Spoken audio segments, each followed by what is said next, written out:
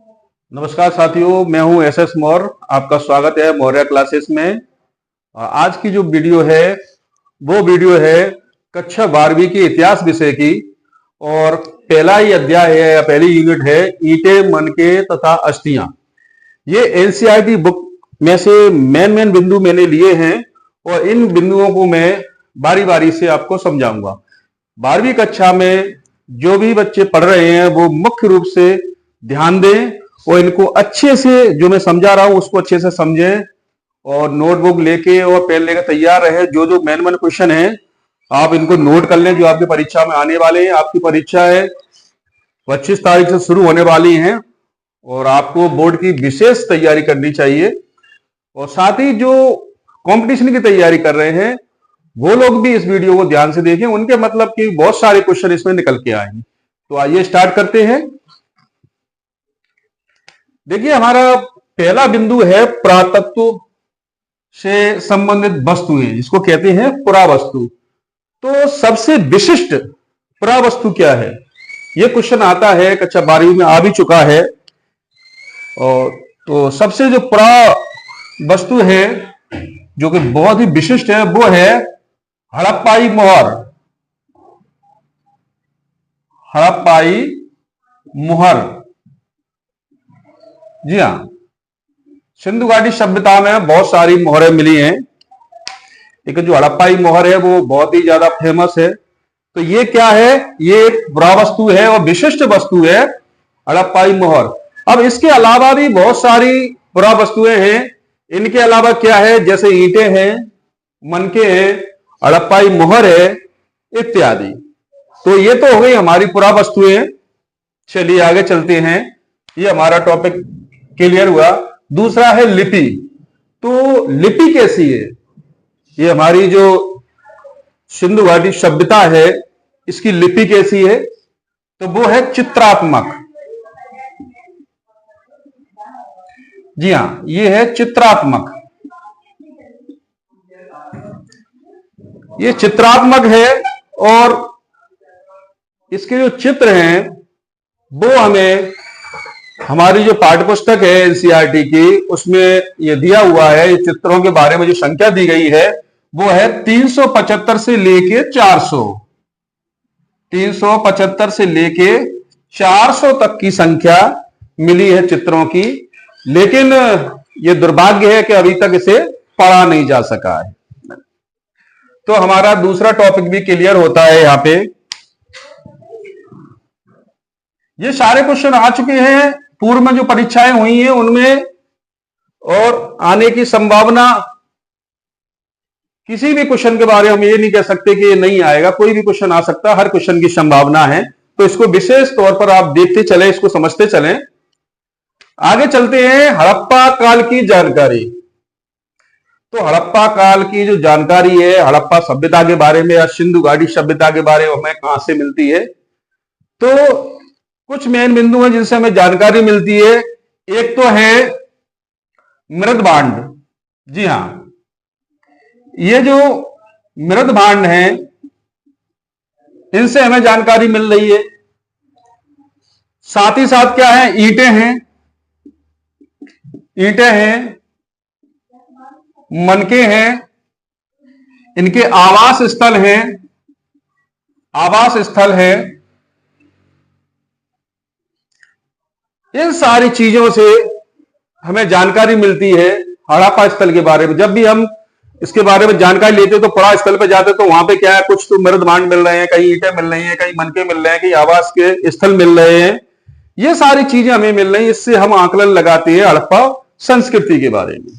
इसकी जो ईंटें हैं वो जम्मू से लेके और गुजरात तक एक ही आकार की, एक ही समान मिली है। इससे हम ये निश्चित कर लेते हैं कि ये यहां से लेके और गुजरात तक जितने भी स्थल हैं वो सब हड़प्पा संस्कृति या हड़प्पा सभ्यता से संबंधित हैं। चलिए हमारा टॉपिक क्लियर होता है। आगे चलते हैं, काल निर्धारण। इसका काल क्या है, तो आपकी एनसीईआरटी के अनुसार इसका काल है 2600 ईसा पूर्व से 1900 ईसा पूर्व। ये इसका काल निर्धारण किया गया है, यानी कि ये सभ्यता जो है वो 2600 ईसा पूर्व से 1900 ईसा पूर्व के मध्य मानी जाती है। चलिए हम आगे चलते हैं। हमारा अगला टॉपिक है कि सिंधु घाटी सभ्यता से हमें कौन कौन से अनाज मिले हैं, अनाज के जो साक्ष्य मिले हैं वो हमें कौन कौन से अनाज हैं वो हमको मिले हैं।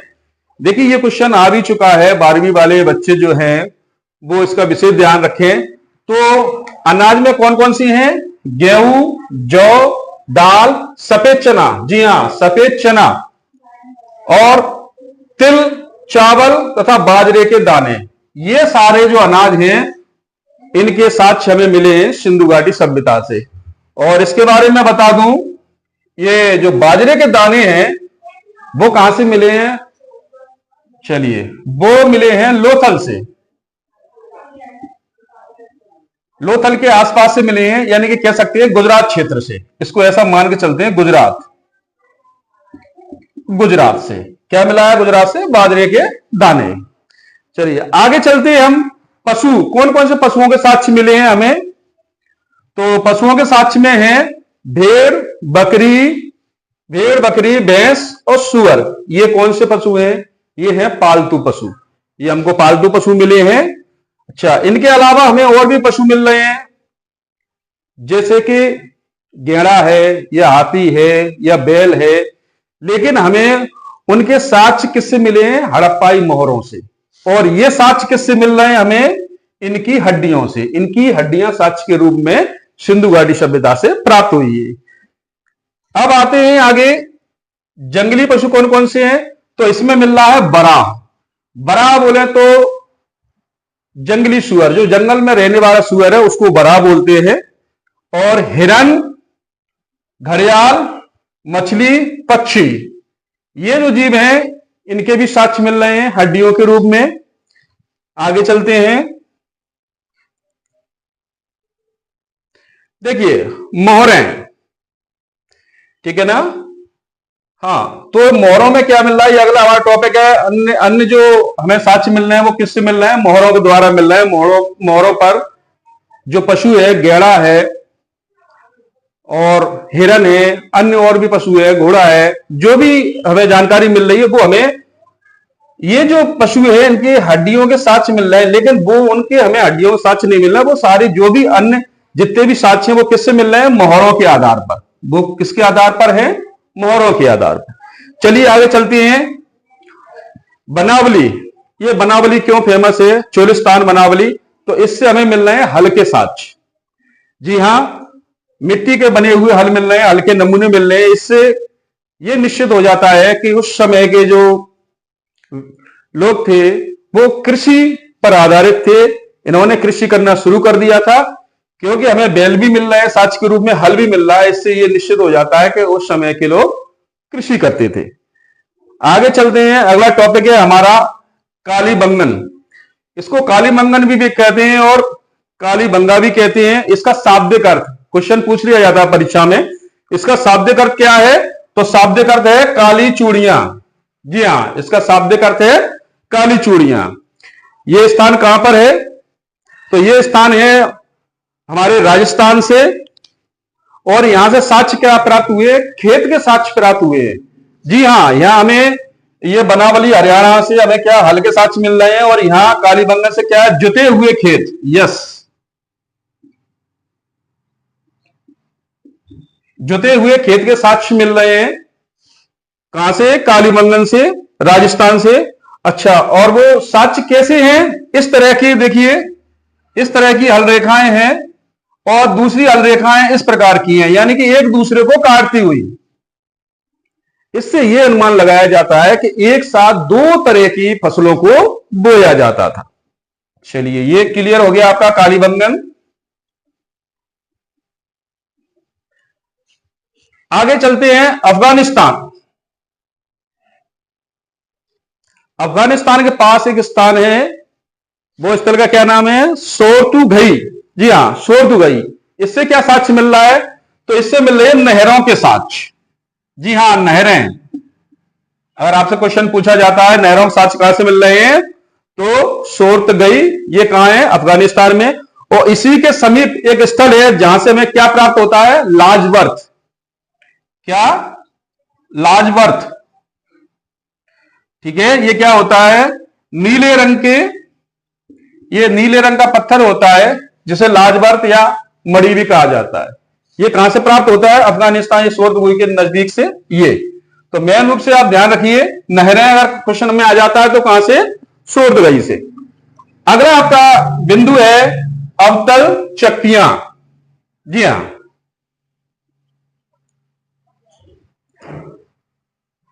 अवतल चक्कियां क्या होती हैं, यह क्वेश्चन भी आ चुका है, पहले जो परीक्षाएं हो चुकी उनमें यह क्वेश्चन आ चुका है। तो अवतल चक्की को मान के चलिए, हमारे घरों में पहले जो मसाले पीसे जाते थे वो सिलबट्टे पे पीसे जाते थे। आजकल तो मिक्सी का जमाना है, मिक्सी से या फिर मार्केट में पिसे हुए मिल जाते हैं। पहले क्या है, एक पत्थर नीचे रखा जाता था, दूसरे पत्थर से उसको रगड़ के जो है मसाले को पीसा जाता था। तो ये अवतल चक्की वही है, सिलबट्टा। इसका मुख्य रूप से उपयोग क्या होता था, अनाजों को पीसने के लिए। जी हां, अनाजों को पीसने के लिए इसका उपयोग हो रहा है। साथ ही साथ किस लिए, मसालों को, यस, मसालों को पीसने के लिए हो रहा है। और किस लिए इनका उपयोग हो रहा है, नंबर 3, नंबर 1, नंबर 2, नंबर 3, जड़ी बूटियों को। जी हां, तो जड़ी बूटियां हैं, उनको पीसने के लिए भी हम अवतल चक्कियों का प्रयोग कर रहे हैं।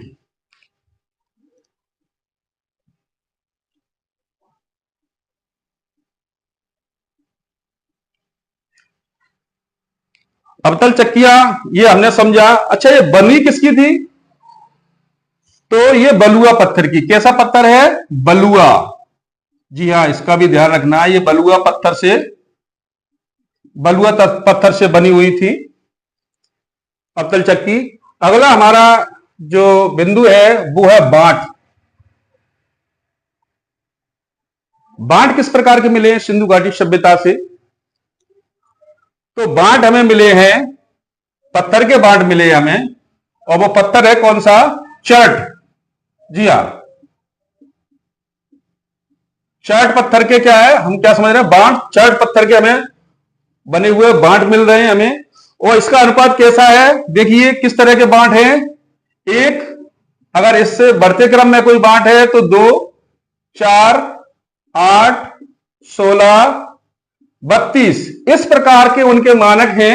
इस प्रकार से बांट, अगर कोई बांट है तो अगला बांट उसके दुगना है, फिर और अगला उसका दुगना है, फिर और अगला उसका दुगना है। ऐसे दुगने क्रम में ये बांट मिले हैं हमें। तो ये हो गया हमारा बांट। और किस पत्थर का, चर्ट पत्थर। इसको विशेष ध्यान रखें, चर्ट पत्थर, ये कई बार परीक्षा में आ चुका है। चलिए, ये भी हमारा टॉपिक क्लियर होता है। आगे चलेंगे, फायांस। ये फायांस क्या चीज है, फायांस। जी हां,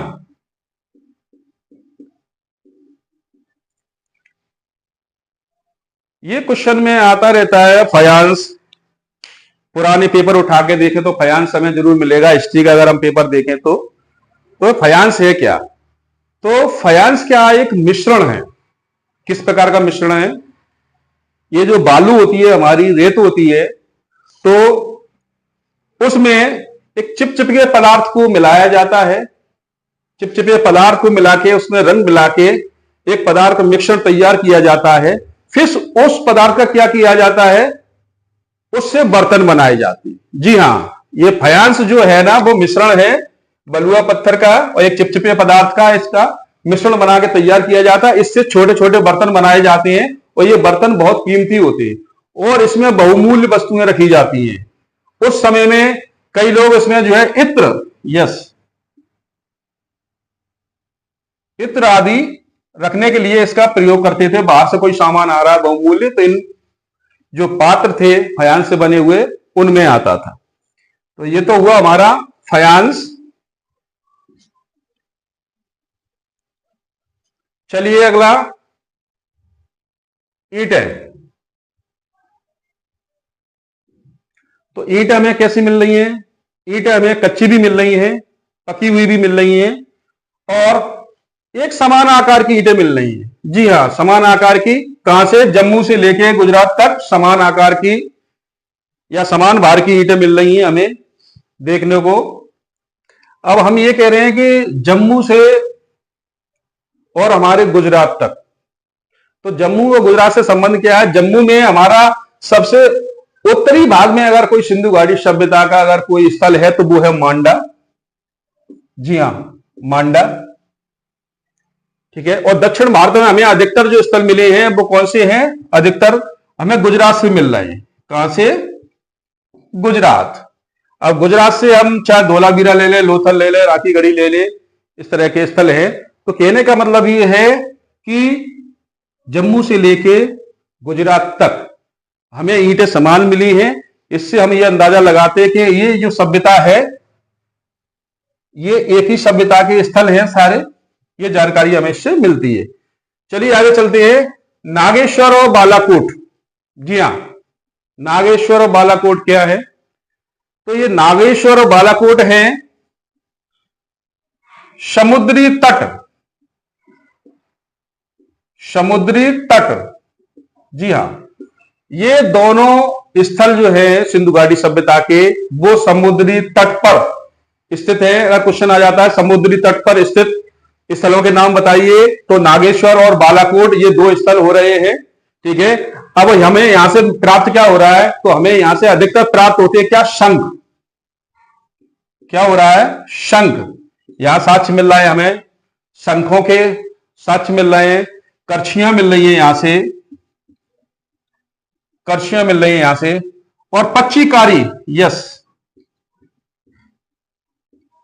पच्चीकारी के साक्ष्य हमें मिल रहे हैं। कहां से? नागेश्वर और बालाकोट से। चलिए, ये हो गया हमारा क्या? नागेश्वर और बालाकोट। आगे चलते हैं चनहुदड़ो। जी हां, चनहुदड़ो ये क्या है? चनहुदड़ो को कहते हैं सिंधु घाटी सभ्यता का शिल्प नगर या शिल्प नगरी, क्योंकि ये चनहुदड़ो में, जी हां, चनहुदड़ो, यहां से हमें क्या प्राप्त हो रहे हैं? यहां से मन के प्राप्त हो रहे हैं। जी हां, मन के प्राप्त हो रहे हैं। जी हां, संग से बने आभूषण। जी हां, संग से बने आभूषण आदि हमें प्राप्त हो रहे हैं यहां से। और भी कई तरह के शिल्प जैसे धातु कर्म है इत्यादि, ये सारे कहां हो रहे हैं? ये चनहुदड़ो में। ये शिल्प नगरी है। यहाँ पे मन के बनाना, शंख बनाना, चूड़ियां बनाना, ठीक है, ये सारी चीजें कहां से प्राप्त हो रही है? हमें चनहुदड़ो से। अच्छा, एक और क्वेश्चन बनता है यहां चनहुदड़ो के बारे में, इसका क्षेत्रफल कितना है? तो क्षेत्रफल का आप नोट कर लें, यह है केवल और केवल 7 हेक्टेयर। जी हां, कितना है ये इसका क्षेत्रफल? केवल 7 हेक्टेयर इसमें ये बसा हुआ है। चलिए आगे चलते हैं। लोथल। लोथल से हमें क्या प्राप्त हो रहा है? गोदीबाड़ा। जी हां, गोदीबाड़ा। लोथल में क्या है? गोदीबाड़ा है, यानी कि उस समय का शिपयार्ड है ये। यानी कि जो समुद्री यातायात होता था वो कहां से हो रहा है? लोथल से। यहां पे हमको शिपयार्ड मिला है। यहां पर उस समय जो पानी के जहाज या पानी की नाव मान लो बड़ी, वो क्या है, यहां से आवागमन उनका होता था लोथल से। यानी कि जो व्यापारी मार्ग है उसका ये बंदरगाह अपन कह सकते हैं लोथल। चलिए, गोदीबाड़ा मिल रहा है। अब अगला पॉइंट है हमारा धौलावीरा। धौलावीरा क्या है? धौलावीरा भी एक स्थल है सिंधु घाटी सभ्यता का, और ये कहां है? गुजरात में है। और इसके बारे में मैं आपको बता दूं, सबसे नवीनतम खोजा गया अगर कोई स्थल है तो वो है धौलावीरा। कौन सा है? नवीनतम। जी हां, नवीनतम, सबसे नया। ये क्वेश्चन आ जाता है, अगर सबसे नवीनतम स्थल कौन सा है तो वो ये है। ठीक है। तो इस हिसाब से हमने इन बिंदुओं पर नजर डाली है। और ये जो स्थल है, इनसे एक चीज और प्राप्त होती है, लोथल, चंदूदड़ो, धौलावीरा से इनसे एक चीज और प्राप्त होती है, मनके में, जी हां, मनके में छेद करने के औजार। जी हां, जो मनके बनाए जाते हैं उनमें छेद करने के औजार अगर कहीं से प्राप्त हो रहे हैं तो ये 3 स्थल है, इनसे ये चीजें भी प्राप्त हो रही है। चलिए, तो ये तो हमारे आज के जो मेन बिंदु थे, मुख्य बिंदु, वो हमने समझे इसको। और आप इसको भी देखें ध्यान से, सिंधु घाटी सभ्यता भाग 1। तो अभी हमने सिंधु घाटी सभ्यता के बारे में पहला जो अध्याय है, ईंटें, मनके तथा अस्थियां, कक्षा 12, इतिहास, एनसीईआरटी, तो ये भाग 1 है। इसमें हम सारे बिंदुओं को नहीं ला पाए हैं, तो नेक्स्ट वीडियो में हम इन बिंदुओं को जो रह गए हैं उनको लेके आएंगे। साथ ही साथ हम यहां से अगर और कोई क्वेश्चन उठाना चाहें तो वो भी हम आसानी से उठा सकती है। जैसे माने चलिए अगर क्वेश्चन आ गया कि सिंधु घाटी सभ्यता या हड़प्पा सभ्यता के 4 नगरों के नाम लिखिए, तो नगर, जी हां, चंदूदड़ो, नागेश्वर, बालाकोट, लोथल, धौलावीरा, ये नगर है, ठीक है ना। इधर कालीबंगन हो गया आपका, ठीक है, चोलिस्तान, बनावली, ये इतने सारे नगर हैं। तो नगरों के नाम अगर हम को लिखने को आ गया तो इतने सारे नाम भी दिए हुए हैं, हम उनका नाम आसानी से लिख सकते हैं। तो आज तक के लिए इतना ही, अगले वीडियो में फिर मिलते हैं। वीडियो पसंद आया हो तो लाइक करें, शेयर करें और अगला वीडियो देखने के लिए सब्सक्राइब करें। धन्यवाद।